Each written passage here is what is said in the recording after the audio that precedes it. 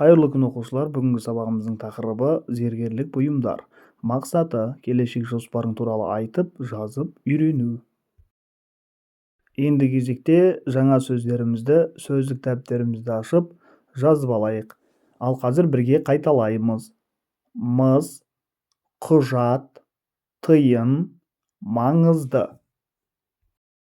Енді кезекте зергерлік бұйымдарға нелер жатады деген сұраққа жауап берейік, яғни танысайық.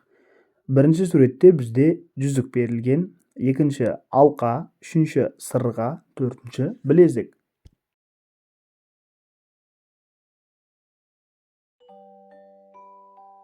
Алан, мына кітапта зергерлік бұйымдардың суреттері көп екен. Иә, олар өте көп және көздің жауын алады.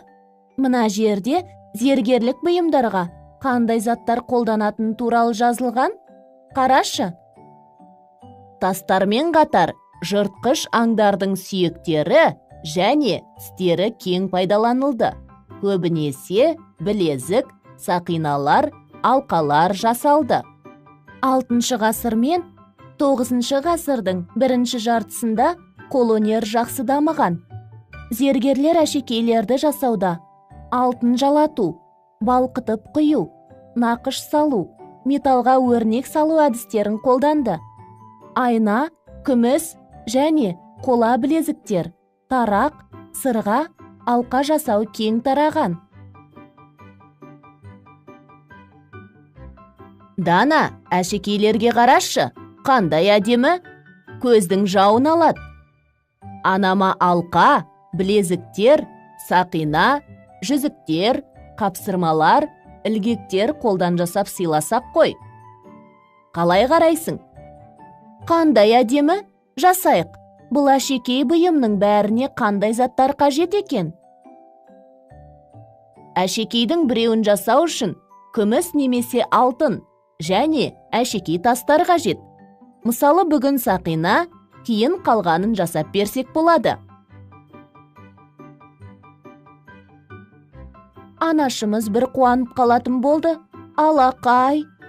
Басқа әшекей бұйымдарды аралап көрейікші. Оларды қандай металдардан жасаған? Мысалы, мына алқаны күмістен жасаған, ал мына сақинаны алтыннан жасаған. Алтынның қандай қасиеттері бар? Адамзат алғаш игерген зергерлер қолданатын негізгі металдардың бірі алтын. Бұл металдың жақсы қасиеттері иілгіштігі, төзімділігі, тозбайтындығы. Алтыннан білезіктер, сақина, жүзіктер, қапсырмалар, ілгектер, кеуде әшекейлері, өңір жиек, тұмарша, алқа және шашқа тағатын шолпы, шашбау жасаған. Енді кезекте кітабымыздың 105 бетіндегі бірінші тапсырма. Сұрақтарға жауап беріп көрейік. Келесі кезекте ереже, правила, етістіктің келер шағы, будущее время глагола. Бұл жақта бізге керекті қосымшаларымыз а, е, и және де жіктік жалғауы. Енді қимыл әрекетті білдіретін алу, келу, қарау сөздерін етістіктің келер шақ формасына айналдыруымыз қажет. Ол үшін бізге жаңа айтқан төмендегі қосымшаларымыз қажет. Бірінші қимыл әрекет білдіретін бұл алу. Алу, аламын. Келу, келесің. Қарау, қарайды. Яғни мен аламын, сен келесің, ол қарайды. Бұл жақта етістіктің формасы, яғни келер шақ формасында жазылған. Кітабымыздың 106 бетіндегі 4-ші тапсырманы оқимыз.